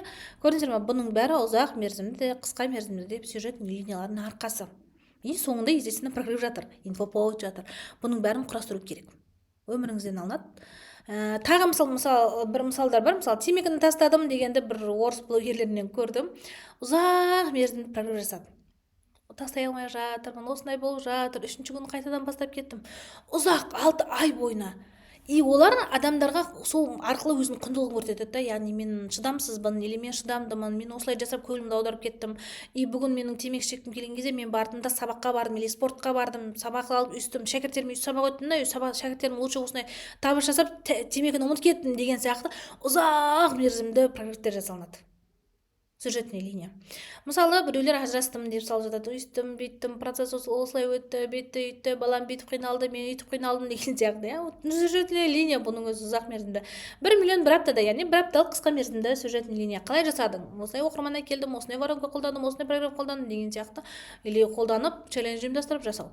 Жігіт таптым, яғни менде отношениеге түсіп бастадым деген сияқты, Одан кейін пәленше курс оқып жатырмын. Яғни көп адамдар осы нәрсені көрсетпейді, мен осы бір курс оқып жатырмын, или намыстана ма, или мені білмейді курс алсам деп ойлай ма деп жоқ, қайта сіз курс алған сайын аудиторияға жақындай түсесіз. Неге сіз ойлайды, ой, молодец, мынау всегда оқып жүреді, новый формулаларды алады деген сияқты ой туады. Ал көбісі оны унижение санауы мүмкін. На самом деле сіздің пәленше курс оқып жатқаныңыз туралы айтып отыратын болсаңыз, аудитория сізге кішкене сенімді болып бастайды, қыздар. Мейлінше курс алып жатсаңыздар, оны жарқыратып тұрып айту керек қой. Енді лайфхак. Сіздер қараңыздар, 5 сюжет ойлап жазасыздар. Осындай, мысалы, менің өміріңізде не бар, яғни соны жарты жыл сайын обновить етіп отырасыздар. Мысалы, оған пример. Егер сіз оны қалай жазуды білмейтін болсаңыз, мына жерде презентация ауысып кеткен екен. Мысалы, сюжетный линия. Қазір мен сіздерге презентацияның орнына ауысып кеткен екен, қазір алдымнан шықса айтамын, Жалпы түсінікті ғой, егер сіз не жасатыңызды білмейтін болсаңыз, осындай бір нені өмірімде сюжетный линия қылсам болады дегенді жасайтын болсаңыз, шығарасыз, 5 өміріңізде болып жатқан затты айтасыз, мынаны қысқа мерзімді, или мынаны ұзақ мерзімді деген сияқты ұзағынан соны пайдаланасыз блокта. Одан кейін, енді төмен охваттың тағы бір себебі бар, бұл аудитория мен сіздің өміріңізде контекст жасай алмайды, яғни ключевой линия жоқ. Айтып отырмын, сюжетті линия деген ключевой линия, яғни сіздермен бір байланысатын, тоғысатын бір нәрсе жоқ. Яғни сіздің өміріңізде не болып жатқанын, сіздің қайда бара жатқаныңызды, не үшін бара жатқаныңызды олар түсінбей тұр. Содан кейін олар уже сіздің аудиторияңызды охват қылайды, көргісі келмейді, түсінбейді, адам түсінбей кетсе қойшы деп тастап кетеді. Дәл сондай нәрсе да, сіз сюжет линия жасаған кезде барлық нәрсені детально жасауыңыз керек та, детально, сонда ғана олар түсінеді. Ал сізде контекст болмай ма, мен сол үшін де курсымда контекст деген арнайы сабақ түсіріп қойдым, чтобы адамдар білу керек та, контекст жасаудың қандай маңыздылығы и оны қалай жасау керек екенін. Сіздерге де соны ұсынамын. Блогпен аудиториямен контекст болған сайын сіздерде сатылым да, охват та өте жақсы болады. Блогерлікке де жақсы тез келе аласыздар. Енді маңызды, яғни сюжетный линия, ключевой линия, контекст жасаудағы негізгі маңызды, адамдар ситуацияны детально түсіну қажет. Чоп-чоп не болып жатыр. Одан кейін адамдар ол неге сізге маңызды екенін білу керек. Және үнемі таңдауыңыздың себебімен бөлісіңіз. Неге оны таңдағаныңызды олар білу керек. Айттым ғой, неге, қалай, қашан, кім ол? Мысалы, әңгімені бастайсыз да, Алдияр ше бүйтті да үйтті де. Кім ол Алдияр? Сіз балаңыз ба? Жиеніңіз ба? Ініңіз ба? Кім ол жалпы? Деген сияқты да сіз детально ситуацияны түсіндіріңіз. Неге ол сізге маңызды? Неге оны таңдап жатсыз? Таңдамасаңыз не болады? Оны да айтып өтсеңіз болады, Сол үшін де осы нәрселер арқылы сіз аудиториямен кері байланысты өте жақсы ұстайсыз. Енді мынау тұр екен ғой. Сюжетный линияны қалай табамыз? Мына сұрақтарды 20 минуттық хатпен жауап беруіңізге болады. Мысалы, мен бүгін немен айналыстым? Неге именно осымен? Бірінші осыған жауап бересіз. Бүгін немен айналыстыңыз? Ішінде бар ғой, құрбыммен айналыстым, ана жаққа бардым, мына жаққа бардым деген. Одан кейін мен қайда қарай бара жатырмын, яғни бара жатқан баратын бір базарыңыз, больницаңыз емес. Яғни мен машина алуға қарай осындай бір әрекеттер жасап жатырмын. Мен осындай 5 миллиондық продажалар жасауға әрекет жасап жатырмын. Или эксперттерімді осындай жасауға, или мен команда құруға әрекет жасап жатырмын деген сияқты. Қайда қарай бара жатырсыз? Өзіңіздің бақытыңыз туралы жауап жазыңыз. Қайда бара жатсыз өзіңіз білесіз бе жалпы мақсатыңызды, қайда бару? Или просто так ай сайын ақша түсіп тұру деген нәрсе ол сізді жақсылыққа жетелемейді, табысқа жетелемейді ғой. И сіздің қайда бара жатқан жолыңыз сыз болуыңыз керек. Соны бірінші жасаңыз. Одан кейін дәл қазір өміріңнің қай проблемасын шешіп жүрсің. Яғни мен жаңа айттым, қызыммен осындай проблеманы шешіп жүрмін. Или болмаса үйімнің ремонтын шешіп жүрмін деген сияқты өміріңде бір проблема болады. Яғни мен үйімнің осы состояниесі ұнамайды деген сияқты, любой бір проблеманы аласыз, соны нені шешіп жүрсіз? Шын өмірде. Оны всегда блогта көрсетіп отыра алу үшін. Және бүгін кіммен араластым? Сөйлестім, яғни бүгін қандай инсайт алдым. Дәл бүгін мен осындай бір шәкірттермен жолықтым, шәкірттерімнің ішіндегі біреуінің мына бір идеясы маған ұнады деген сияқты қысқа нұсқа бөлісіп кетуге де ол қысқа мерзімді сюжет линияға әдемі келеді. Осылардың барлығына жауап жазасыз, соның ішінен сізге 5 сюжетті линия спокойно шығады, қыздар. Не обязательно бір 6 айлықта 5 ұзақ қысқа емес. Бір ұзақ, бір қысқа да бола береді. Мысалы, қысқа ұзақ көп бола береді ғой, яғни 3-4, 5-6 айлықта, ал ұзақ мерзімді 1-2 нормально жетеді. Не обязательно 5. Просто мен 5 жазыңыздар дедім, себебі бұл жерде сіздер болады ғой, біреу ұнамай қалған кезде екіншісін шығара алатындай, чтобы сіздер паузада тұрып қалмас үшін. Мен всегда запаспен айтамын ондай нәрсені. Енді үшінші типті контент, бірінші тип ұзақ мерзімді, екінші тип қысқа мерзімді болды ғой бізде 7 түрлі контентте. И үшінші типті бұл бір күндік линия. Яғни сіздің бір күндік сториздік линияңыздың құрылымы. Бұл қалай, яғни сіздің сторизіңізде всегда бір событие болып жату керек. Яғни событие реальный уақыттағы сенің өміріңде болып жатқан нәрсе. Егер сен бардым, келдім, үйттім, бүйттім деген сияқты сториз салатын болсаң, бір күндік сюжетный линияң, контенттегі линияң әдемі болмай қалады, түсініксіз, охват естественно құлайды. Енді негізі өміріңдегі событияны көрсету структурасы бар. Жазудың жарты семей қалған екен. Қараңыздар, бірінші зацепка внимание ұстайсыз. Яғни бүгін осындай бір форс-мажор болды. Яғни вниманиясын тартып аласыз. Одан кейін усиление. Мен бұлай болады деп ойлаған жоқпын. Или бұл состояние мені жылатты. Или мен вообще қатты қуанып тұрмын, сіздерге айтсам екен, айтпасам екен деген сияқты. Уже сөйлесесің, неге олар бұл сторизді көру керек? Одан кейін предыстория. Алдында естеріңізде ма, мен осындай бір вождение қатысып жүредім, или осындай жасап едім, или осындай бір нәрсе алғым келіп жүрген еді деген предыстория айтасыз. 2-5 сторис. Одан кейін раскрытие сути, яғни неге оны алғыңыз келді? Мысалы, мен көлік алғым келді, одан кейін вождениеге бардым, оқып жүрдім, осындай болды, үйрене алмадым, былай жасадым. Одан кейін барып ойың мен эмоцияңды айтасың, яғни Құдайға шүкір, мен осындай право алдым, или мен осындай көлік алдым, осындай деп эмоцияңды, қуанышыңды көрсетіп, сосын сіздер де осы нәрсені жасай аласыз, осы нәрсенің арқасында деген сияқты финал жасайсыз и аудиторияның кері реакциясын көрсетесіз. Яғни вау, күшті, мен де хочу деген сияқты реакциялар шығарасыз, одан кейін продажаға келсеңіз болады. Дәл осыны мен осы курс арқылы, осы нәрсе арқылы жасадым, сендер жасай аласың, если что, өт деген сияқты, иә. Түсінікті деп ойлаймын, бір күндік өміріңдегі событияны көрсету. Не обязательно жаңа айтып жатырмын ғой, бардым, келдім, кеткенде үйттім да, бүттім да деген сияқты жоқ. Барлығын осындай бір формуламен әдемілеп, мынаны негізі формула деуге де келмейді, просто вниманиясын ұстау, бұл любой сторизде бар нәрсе, усилить ету керек ол сторизді до конца көру үшін. Одан кейін предысторияның кеше не болған туралы естеріңізде ме, кеше мен больницаға барып едім ғой деген сияқты. Одан кейін раскрытие сути, не үшін бардыңыз, осындай ауырып жүрдім, одан кейін осындай болды, одан кейін ойым мен эмоцияң.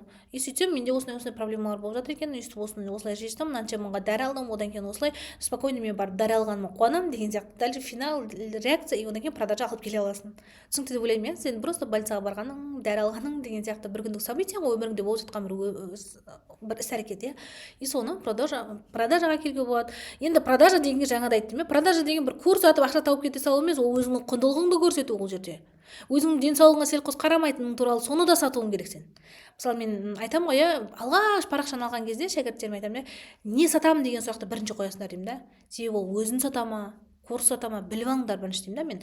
Блогерлер просто өзін сатады. Сол үшін өзі сататын нәрсеге қарай ары қарай дальше жұмыс жасайды. Ал сендер не сатасыңдар? Яғни біздер личностный экспертлік сатамыз. Жаңа дәрі алғаның туралы, денсаулыққа өзің селқос қарамайтының туралы өзіңді сатып кетесің, өзіңді продажа жасайсың. Түсінікті деп ойлаймын, иә. Енді продажа дегенге ақшаға зацепка ұстамаңыздар, ақшадан да маңызды нәрсе бар бұл өмірде. И сол нәрсені аудиторға бере алсаңыздар, сіздер ұзақ мерзімді эксперттер болып шығасыздар. Отвечаю. Енді төртінші типтегі контент бұл ақылды ой, яғни бір ойды жеткізетін бірнеше сториздердің цепочкасы бір-бірімен құралатын, иә. Арасында ақылды ойлар да керек қыздар. Яғни ол эксперттік линиялар ғой, иә. Енді осы жерде қараңыздар, кәдімгі жұрттар 200 мың 300 мыңға сатып жатқан, мына жерде тағы өзім усилить етіп жатырмын, прогревтердің схемасы бұл. Даже мен өзім берем сабағымда. Бұл схема менде полный сабақта бар негізі. Детально көрсеткен, бірақ мына жерде де барлығын ашып көрсетемін мен сіздерге. Просто мұқият тыңдап жазып алыңыздар. Яғни бірінші эксперттік линия структурасын жасау.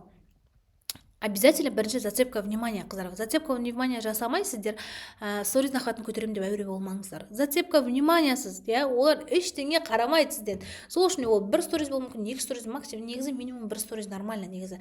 Бүгін артық салмақтан арылудың ең действующий әрекетпен бөлсемін. Яғни артық салмағы бар адамдар маған қараңдар деп тұрмыз, иә. И ең действующий әрекет деп жатыр, иә. Зацепка ұстайды. Мына внимание қаратта, иә, артық салмақты. И ең действующий метод әрекет бөлсемін деп тұр, иә. Уже внимание зацепка жасап жатыр. Болды ғой, түсіндірдім, иә. Яғни артық салмақтағы арылғысы келетіндердің ең действующий әрекетпен бөлсем. Екінші, усиление жасаймыз. Яғни айтып жаңа усилить ету керек. Неге ол бұл сториздерді до конца көру керек, түсіну керек. Яғни бір сторизден кейін есінен шығып кетпеу керек та. Нутрициологтар бұл ақпаратты тек қымбатқа айтады. Мен айттым ғой сіздерге, бұл прогресс схеманы 200 мың 500 мыңға сатып жүрді. Ол реально негізі, да. Сол сияқты усилить етесіздер. Неге ол бұл сториздерді көріп қалу керек?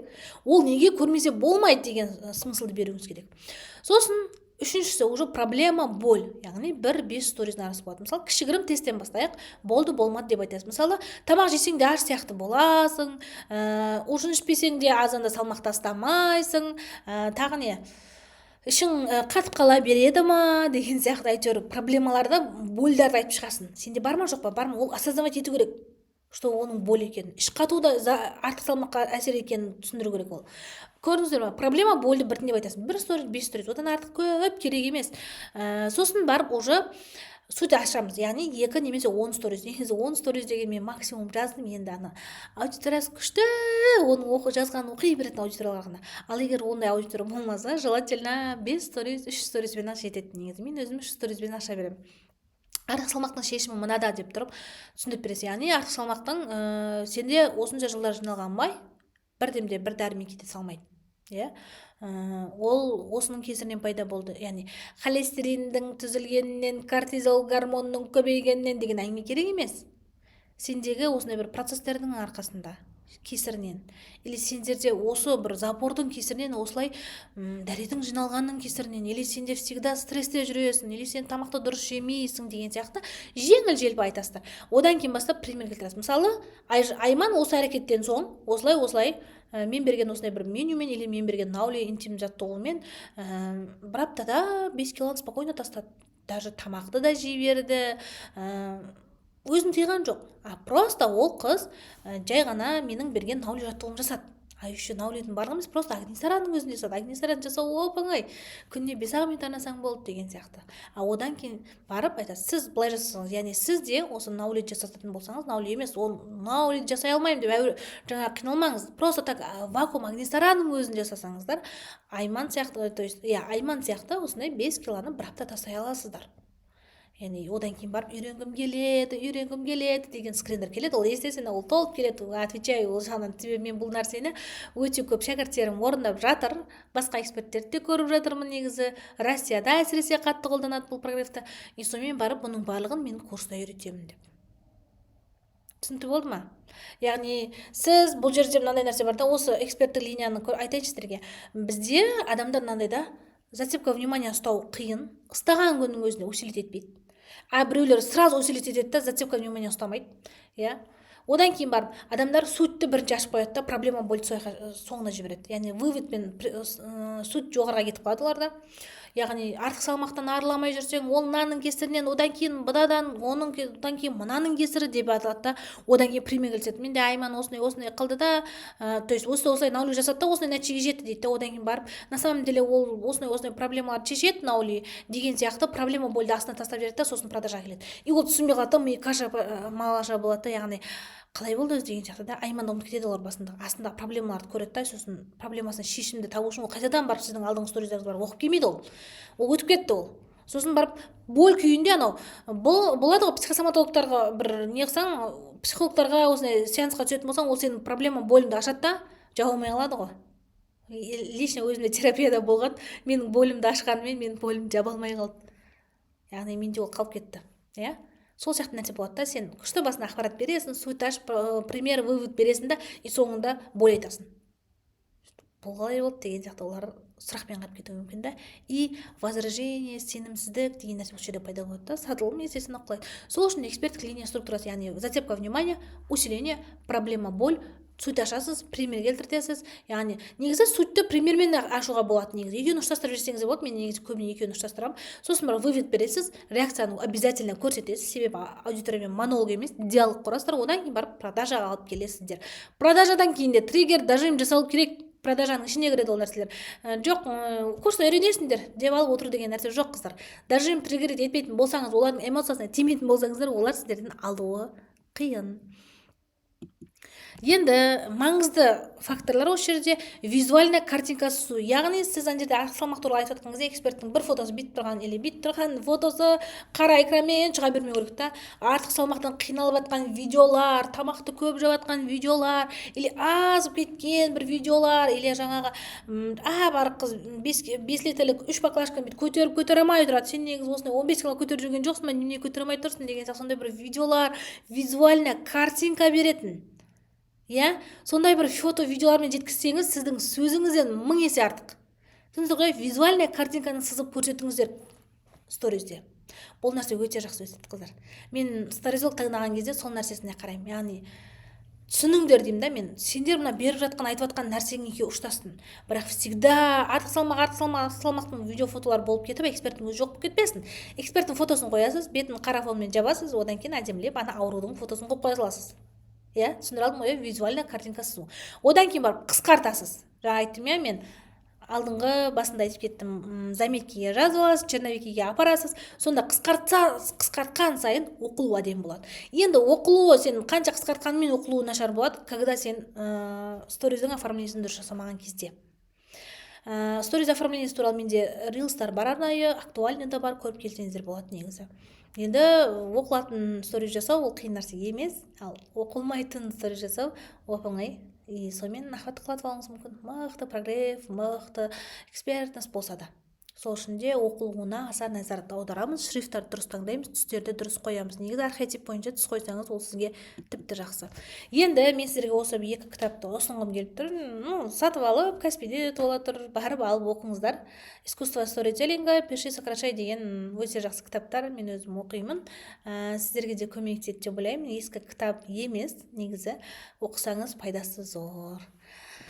Одан кейін мен сіздерге келесі сабақ, яғни келесі тип, контенттің типі бұл инфоповод, яғни событие деп айтамыз. Бұл инфоповодтың мақсаты вниманиені привлекать етіп алу. Ярко, необычный бірдеңе әйтеуір.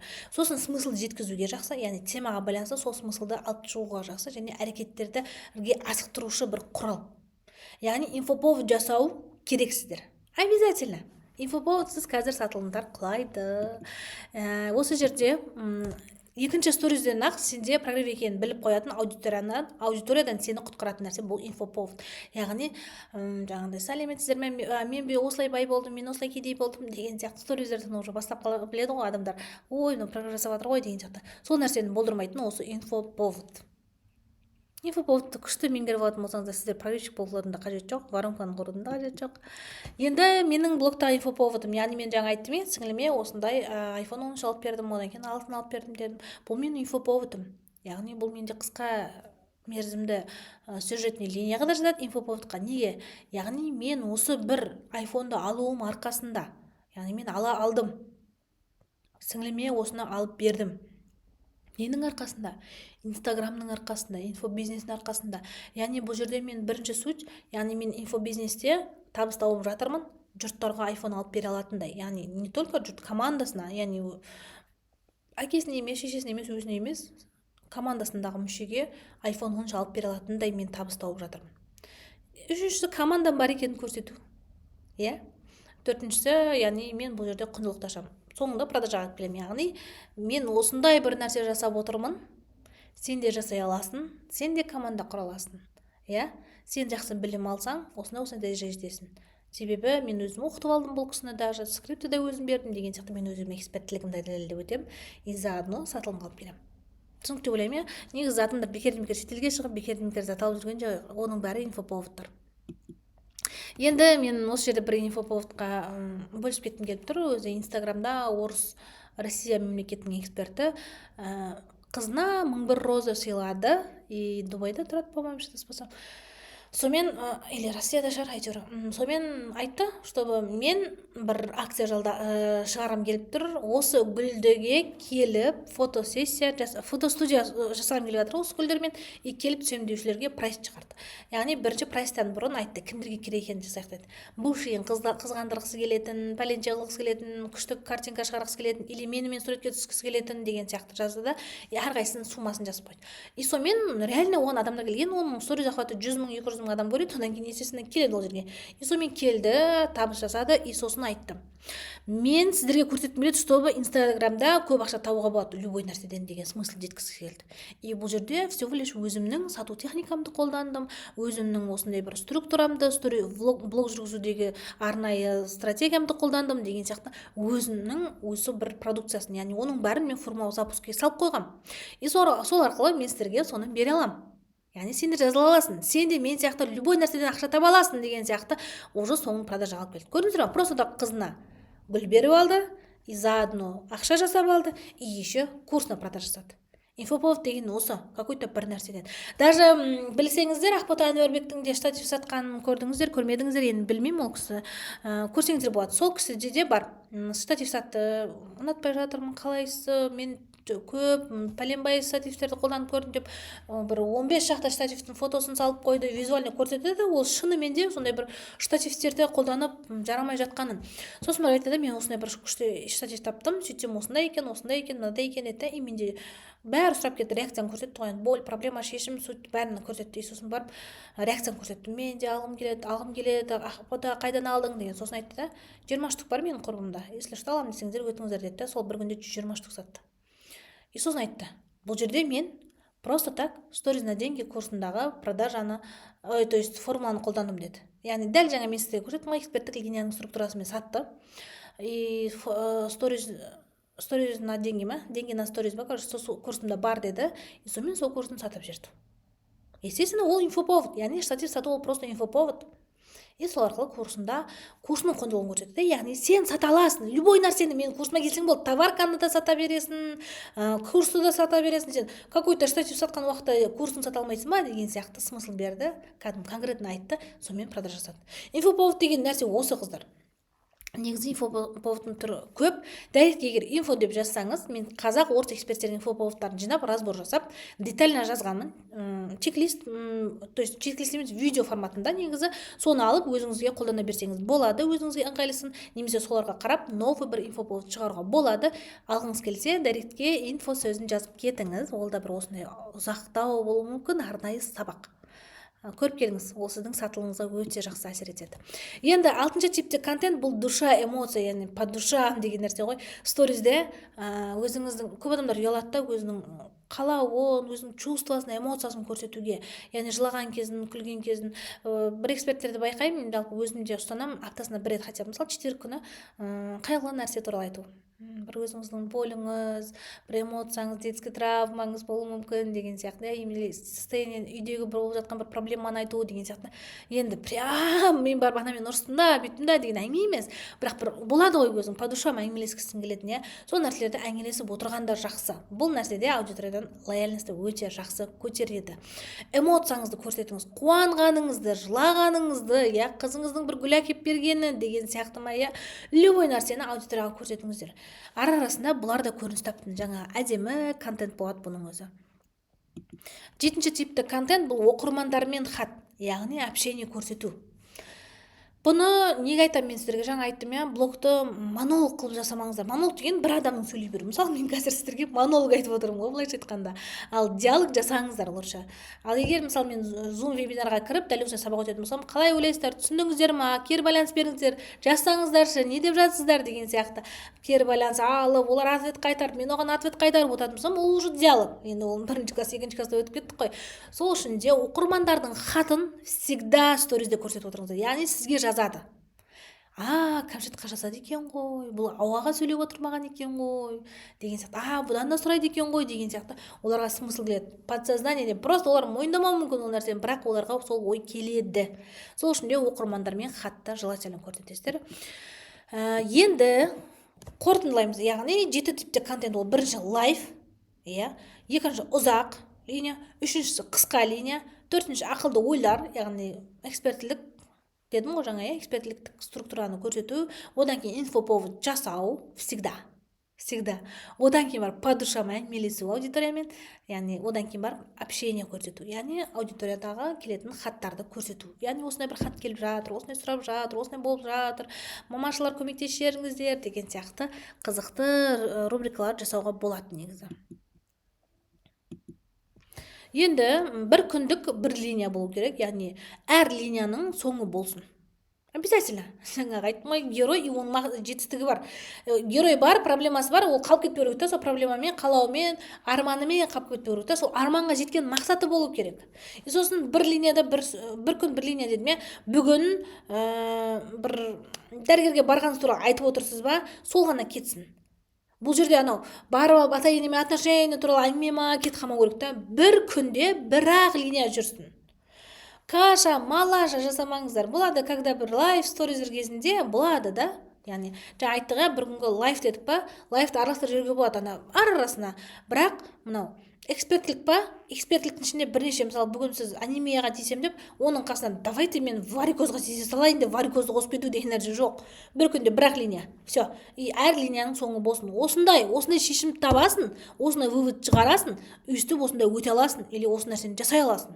Или мен сендерге ертең осының кесірінен пайда болатын аурулар туралы мен ертең білсем деген сияқты соңы болсын. Точка қойыңыз.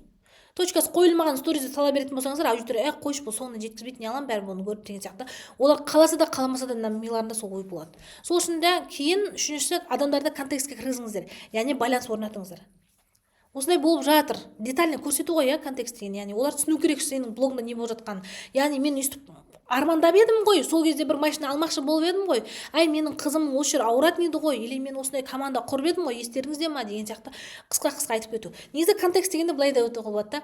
Мысалы аудиторияны контекстке отырғызу деген сенің кері байланысын көрсету ғой, былайша айтқанда, яғни сенімен олар бір бағытта жүру, яғни сен қайда баратқанын олар түсіну, былайша қысқаша айтқанда. И соны сәлем, қалайсыздар, мен Камшат, осындай бір продюсерлік командам бар, 4 жылдан бері оқып отырмын, мен шәкірттерім 9 миллион запуск жасады, өзім 30 миллионнан жоғары запустер жасағам деген сияқты всегда танысып отыру деген нәрсе емес. Мысалы мен айтам, бір рет салдым, мен осындай бір іс-әрекеттерде, яғни бір доктор Сейтжаппаровнамен жұмыс жасап жүрген кездеріндегі жаңағы лечениелер туралы или анализ разборлар туралы білем. Содан кейін өзімдегі шыққан проблеманы сразу түсіндім. Бекерден бекер доктор Сейтжаппаровнада 2 жыл жұмыс жасап 30 миллиондарға запуск жасаған жоқпын ғой, Құдайға шүкір. Қазір соның арқасында сол жердегі қатар курстарды өзім оқып, аудиторияға дұрыс жеткізуім арқасында қазір өзімнің анализдерім өзім разбор жасап, өзім леченияны кімге қалай бару керек екенін түсіне аламын деген сияқты өзім денсаулығымды айтып отырып, қысқа нұсқа өзімнің доктор Сейтжаппаровнамен жұмыс жасап жатқаным туралы айтып өтем. Кәсіне жасап өтем. Яғни бір әңгіме айтып отырам да, енді мен 4 бала шағам бар ғой, ата-енеден бөлек тұрам, нормально же менің бүйтіп жүруім деген сияқты. Сен бір жерге қыдырып баратқан или тойда отқан туралы айтасың, бірақ арасында қыстырып кетесің. Өзіңнің 4 бала шағаң бар екенін, яғни новый келгендерге, новый мен 4 баланың анасымын, осындай деп айтып отырғаннан гөрі. Түсінікті деп ойлаймын. Мысалы мен сторизде айтамын, осындай больницаға барғанмен осылай жүрдім, жұмысқа да бармасам болмады деген сияқты. Соның ортасына айтып жібердім. Бірақ кайфта командаң мына жақта сатылым жасап жатады экспертіңде, өзің просто бақылап отырасың деп, как будто емес, кәдімгі өзімнің продюсерлік командам бар екені туралы қысқа нұсқа айтып өттім. Контекст деген осы, яғни сенің өміріңде болып жатқан нәрселерді олар қысқа біліп отыру керек. Сенің жүріп отқан жолыңды, оның продюсерлік командасы бар еді, неше қыз бар екен, қалай болып жатыр екен деген сияқты, или команда жабылып қалды ма екен деген сияқты іштеріне запростар, сұрақтар қалып, сонымен кетіп қалмас үшін.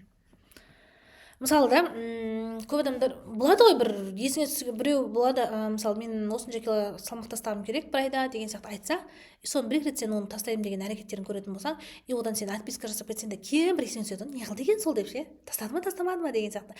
Вот сол контекстке отырғызу. Яғни сен аудиторияң сенің қайда баратқаныңды білетін болса, ол сені әр кез миымызға сигнал береді ғой, жаңа есіне түсіріп отырады негізі.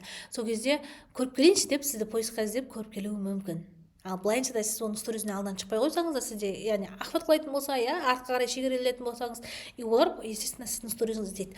Мына не істеді екен, азды ма екен деген сияқты. Осы контекстке отырғызу деген нәрсе осы. Адамдар сізде не болып жатқанын біліп, сол туралы хабар алғысы келеді. Айттым ғой, мен мысалы қызымды айтпай қойғам, 2 ай болып қалатын болса, уже сұрап жатыр, не алды, кетті ма, қалай деген сияқты. Даже бетпе-бет көрген кезде танымайтын адамдардың өзі қызың жақсы ма деп сұрайды менен. Сол нәрсе контекстке отырғызу деген. Сосын осы жерде важный момент айтайыншы, запусктың соңғы күнінде өзіңізді босатыңыз. Яғни біздерде мынандай әрекет бар да, дожимді соңына қояды да, басына спокойно сатып келеді, сөйтті. Мысалы біздер 5 күнге массовый прогрев қоямыз да, 5 күннің басында айтады, ой, жазылсаңдар, жазылмасаңдар, жазылмаңдар деген позициямен сторис салады, рилстар салады, прогрев жасайды, триггерлерді особо қолданбайды. И сонымен ана соңғы 2 күннен продажаң құлап баратқанын, или өзіңнің көңілінен шықпай баратқанын, или нормально жинап қойдың, бірақ тағы да сондай жазса, 3 күнде мен 200 адам жинап қойдым, давай 2 күнде тағы бір 150 адам жинасам зор емес па деген сияқты, или тағы 200 адам жасауға болады, мен сығайын бұларды деп тұр. Дажим, сенің бүкіл күшіңді, энергияң соңына қойып қояды деген сығады аудиторияны. И сонымен 3 күннен бері сол нәрсені естіп отқан аудитория анан ше жалығып кетеді да, ол тоже сенің сатылымды құлатуы мүмкін. Ахватың жаңа сатылым өсуі де мүмкін, құлауы да мүмкін. Бұл жерде гарантия жоқ, әркімде әртүрлі қыздар, арнайы формула жоқ. Бірақ егер сіз 5 күндік массовый прогревтің бастапқы 3-ші күні массовый және триггер етіп, дожимать етіп сататын болсаңыздар, қалған 2 күнде на легко, на расслабоне сата бересіздер. Сол үшін запусктың соңғы күнін өзіңізді босатыңыздар, демалыңыздар, даже сол күндерге инфоповод жасаңыздар, яғни спаға барыңыздар. Спаға баруда тоже инфоповод, былай қарап тұрсаңыз, себебі сіз мына жақта сатылымдар жүріп жатыр, мен болса жүрмін, бұның барлығы өзімнің аудиториямды жинап қойғаным, воронка жасап қойғанның арқасы деген сияқты. Просто инфоповод. Көрдіңіздер ма? Соңғы күнге қоямыз. То есть соңғы күнге өзіңізді босатасыз. Дожим, триггер дегенде алғашқы 2-3 күндік прогревтің күні қосып. 3 күндік прогрев болса, алғашқы 1-ші күннің өзіне дожимать етеді, триггер етесіз, жанын көздеріне көрсетесіз. Одан кейін барып уже азырақ қолданып, өзіңізді босатып, налегке, на расслабоне сатылым жасайсыздар. Жаңа айттым сіздерге, шпаргалка берем дедім. 7 түрлі типті контентті қалай әр күнге бөлуге болады. Мысалы, 1-ші күні ұзақ линияны шығарасыз, яғни прогревтер жасауыңыз мүмкін. оның ішінде ұзақ линияда айттым ғой, мен осындай бутик аштым, осындай ұзақ мерзімде. Соны айттым, құдайға шүкір, осының табысым арқасында, или бүгін мен товар әкелдім сол бизнесіме. Бұл бизнес жүріп тұрған жоқ, бірақ мен сонда да осы айдағы сатылым 3 миллион болды ма, 3 миллионға таза товар алып келдім. Осындай болып жатыр.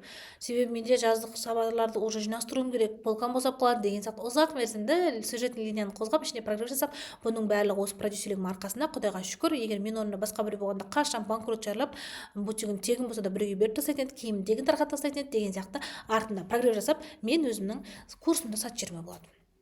Бірінші күн, екінші күн шығасыз, событие айтасыз. Яғни осындай бір іс-әрекет болды үйіңізде. Айттым ғой, жаңағы бір күндік событиеңізге структура бердім. Соны айтасыз. Лайф сторизермен осылай жасадым, дәрігерге бардым, одан кейін осылай болды. Или мен бүгін қыздармен қыдыруға күн арнадым, осы отырысқа бардым, үйттім деген сияқты. Ол күн бітеді, содан үшінші күн демаласыз. Жаңағы күнде сторис сала беру деген нәрсе жоқ. Сосын төртінші күн шығасыз да инфоповод шығарасыз. Айттым, спаға бардым. Ой, кайфта, спаға барасың, қалаған кезінде келесің, или спадан шығып косметологқа бардың, косметологтан шығып сен педикюрге бардың, соның бәрін бір күндік лайфқа саласың, то есть инфоповод қыласың. То есть сөзіне бұның барлығы, яғни мен запускқа дайындалып жатырмын. Себебі осы ақшаның бәрі запустан келіп жатқан жоқ па деген сияқты да, инфоповод қой бұның өзі. Яғни сен сол өміріңді қалайтын адамдар бар да, соған жеткісі келеді, и сол адамдарды тартасың. Одан кейін общение по душам, яғни общение и по душам. Яғни сөйлесесің, по душам әңгімелесесің, сұрақтар қоясың, оқырмандардың хатын қайтып алып келесің, соларды көрсетесің, осылай деп жатыр, бірақ мен осылай ойлаймын, анау деген сияқты общение жасап, по душам сөйлесесіздер. 6-шы күн қайтадан демалыс қоясыздар да, одан кейін барып экспертная линия қолданасыз. Айттым, штат дедім, сондай сияқты да, яғни ужимание ұстайсың, артық салмақтан арылудың ең действующий методын беремін деген сияқты. Экспертная линия, одан кейін барып арасына лайф қолдансаңыздар болады. Тоқтаңыздар, мен қазір мында кіріп шығайын, или мына отырысқа кіріп шықтым, содан кейін сторизім бөлініп қалды ма, ұмытып кеткен жоқсыздар ма деген сияқты өзіңіздің қыдырып жүргеніңізді әдемі бір кадрлармен салып қоя саласыз. Сонымен экспертностың ішінде ана мыжып адамдарды арасында миына тыныштық бересіз. Көрдіңіздер ғой, ұзақ линия бар ішінде, событие бар, лайф бар, инфоповод бар, оқырманнан хат бар, по душам бар, экспертная линия бар. Болды. Жетеуі тұр. Осы жетеуін өстіп чередовать етіп салыңыздаршы. Сонда аудиториядан лояльность көбейеді біріншіден, екіншіден сізде курсыңызға сұраныс артады, и естественно бұл жерде продажалар жақсы болады. Отвечаю, бұл нәрсемен мен өзім всегда саламын, өзім шәкірттерім. Енді мен блогымда бұл нәрселер қатты кездеседі деп айта алмаймын, себебі мен өзім блогыма жаңағындай ғой, етікке жармайды, өзіме көп сала бермеймін, уақытым жетпейді, себебі мен командам бар, менің шәкірттерім бар деген сияқты, бір басымда 10-15 ай сайын и командада қыздарым бар, ол 5 қызды да қарап отыруым керек деген сияқты. Бірақ эксперттерде естественно шығарып отырамыз бұл нәрсені. Прям строго шығарып отырамыз. И басқа эксперттерде анализ жасап қарап көрсеңіздер болады. Себебі бұл нәрсе прям действующий методтар. Себебі өзім продажаларды осымен жасап отырмын, қыздар. Сіздер де соны жасаңыздар. Енді бұл жерде сюжетный линия болсын, сторис жүргізгенде болсын, мынаған мән беріңіздер, яғни эмоция қосыңыздар. Бір сарынды, эксперттілік болғанның өзінде эмоция қосыңыздар. Жыласын, күлсін. Эмоциональный качели деген бар да, мен всегда айтамын да, адамдар мысалы всегда саған күшті қуанышын айта беретін подругаңмен де арасында кейде сөйлескің келмей қалуы мүмкін, или всегда андай жылай беретін подругаңмен де сөйлескің келмей қалады бір кездер ше, қойшы соны деген сияқты. Ол жазғың келмей, сол нәрсе болуы мүмкін да. Себебі ол эмоцияны бүйтіп ұстап отырсың да сен. Бір сарында жылату, или күлдіру, қуану, жоқ. Бүйтіп эмоциямен қуандырасың, одан кейін жылататын бір эмоциясын айтасың, одан кейін көтересің, одан кейін қуантасың, осындай бір күшті нәрсе алдым деп, одан кейін маған осы нәрсе бүйтіп ұнамай жатыр, осылай қалай болады екен. Яғни адамдарды бүйтіп эмоциональный качеледі ойнататын болсаң, ол сені есіне сақтап қалады, и сені ол көргісі келе береді. Не қылды екен анау? Қазір не қылды екен? Қалай шешті екен деген сияқты.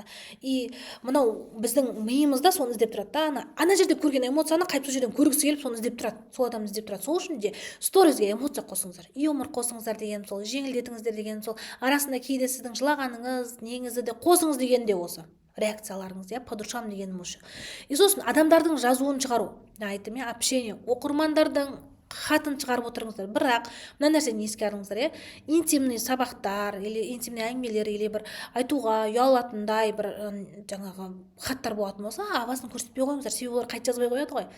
Яғни қойшы ол ертең мен түрімен көрсетіп қоятын болса, сосын мен оны жаңағындай бір танысым көріп қоятын болса, біледі ғой сізге өзінің қандай танысы подписан екенін, сөйтеді да, қойшы оқып қойсашы деген сияқты ой болуы мүмкін.